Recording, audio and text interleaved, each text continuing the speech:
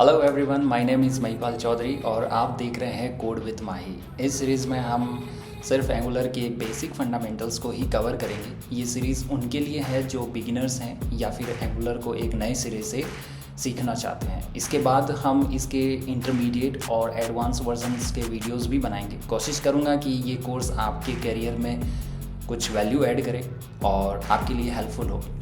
So let's get started. Angular एक open source front end JavaScript framework है जिसका use dynamic और modern web applications बनाने के लिए किया जाता है।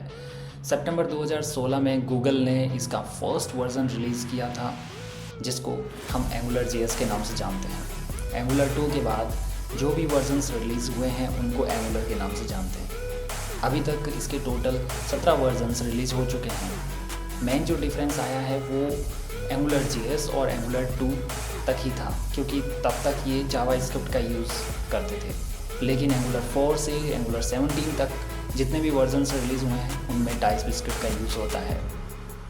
अब टाइपस्क्रिप्ट क्या होती है इसका शॉर्ट ओवरव्यू दे देता हूँ, बाकी इसकी अलग से जब हम सीरीज़ बनाएंगे तो उसमें कवर कर लेंगे, क्योंकि टाइपस्क्रिप्ट अपने आप में ही एक बहुत बड़ा पार्ट है।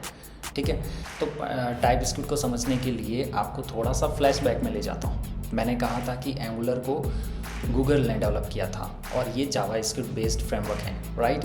सो जावास्क्रिप्ट को जब तक हम एक स्मॉल एप्लीकेशंस के लिए डेवलप करते हैं तो कोई इशू नहीं होता है, बट जब इसको लार्ज स्केल पर डेवलप करेंगे तो जावास्क्रिप्ट में परफॉर्मेंस इशूज़ आने लगते हैं और इसके कोड की कॉम्प्लेक्सिटी भी बढ़ जाती है। सो जावास्क्रिप्ट में जब हम स्मॉल एप्लीकेशंस डेवलप कर रहे हैं तो कोई इशू नहीं, बट लार्ज स्केल पर एप्लीकेशंस डेवलप करेंगे तो इसमें जावास्क्रिप्ट के साथ परफॉर्मेंस इशूज़ आने लगते हैं और इसके कोड की कॉम्प्लेक्सिटी भी बढ़ जाती है, जिससे कि डेवलपर्स को समझने में डिफ़िकल्टी होती है।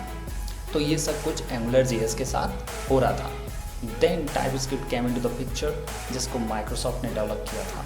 टाइपस्क्रिप्ट जावास्क्रिप्ट का ही एक सुपर सेट होता है।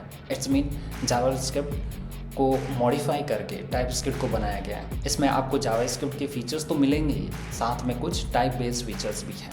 सो गूगल ने एंगुलर 4 से 17 तक इन सारे वर्जन्स के अंदर टाइपस्क्रिप्ट का यूज़ किया है और परफॉर्मेंस आपके सामने है।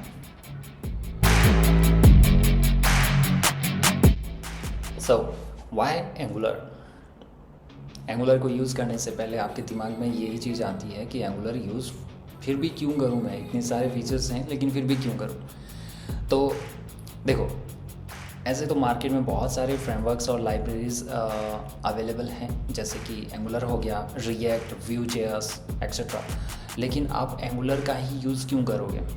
देखो, जैसे एंगुलर अपनी जगह सही है, वैसे बाकी फ्रेमवर्क्स भी अपने अपने यूज़र्स के हिसाब से सही है। डिपेंड करता है कि हम उनका यूज़ कहाँ और कैसे कर रहे हैं। एक एग्जांपल देता हूँ, अपने Gmail, YouTube, Forbes, Upwork, PayPal का तो यूज़ किया ही होगा, और हाँ, नेटफ्लिक्स का भी। ये सब एंगुलर का ही यूज़ कर रहे हैं अपने फ्रंट एंड को डेवलप करने में। अब एक बार इनके एडवांटेजेस को देख लेते हैं, जिससे कि आपको ये और भी ज़्यादा क्लियर हो जाएगा। सबसे पहला एडवांटेज है सिंगल पेज एप्लीकेशंस। क्या होता है सिंगल पेज एप्लीकेशन? देखो, इसमें क्या होता है कि वेबसाइट का कोई पर्टिकुलर पार्ट ही रीलोड होता है, बाकी सारा एज इट इज़ रहता है। इससे क्या होता है कि एप्लीकेशन की परफॉर्मेंस अच्छी रहती है और एप्लीकेशंस के सारे पेजेस जल्दी से रेंडर होते हैं। चलिए इसको हम एक एग्जांपल से समझते हैं।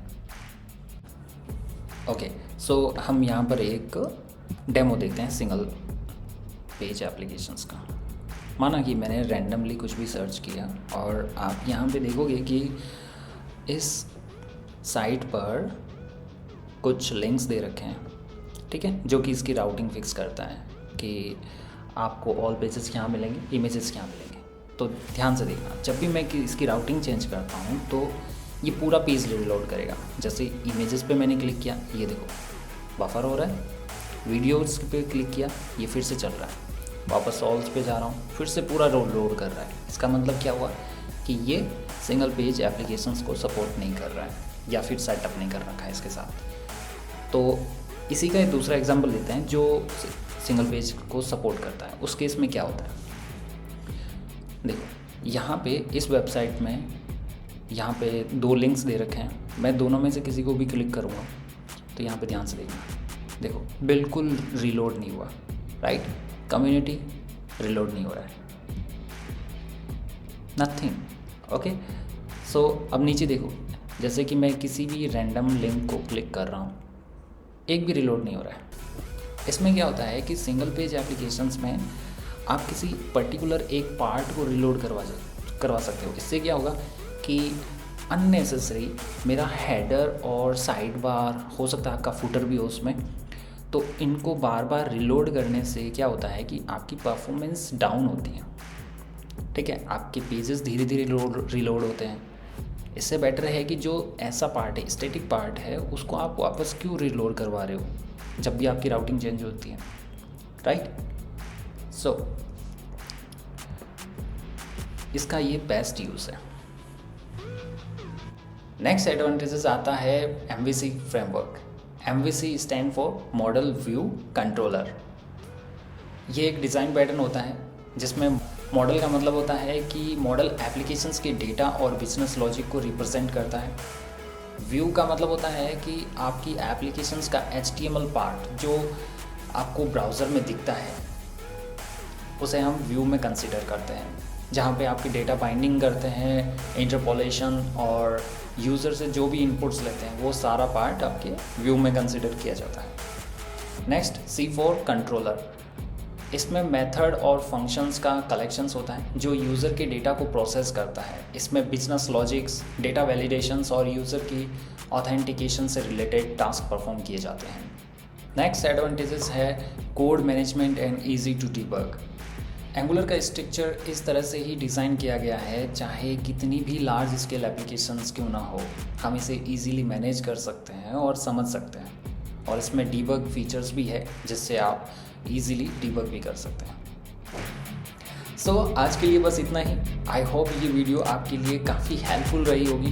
कोई भी क्वेश्चंस हो तो प्लीज़ कमेंट्स करें, या कोई सजेशन हो please let me know so I can improve my self next time, because your suggestion really mean to me. Till then take care and see you in the next video. Bye bye.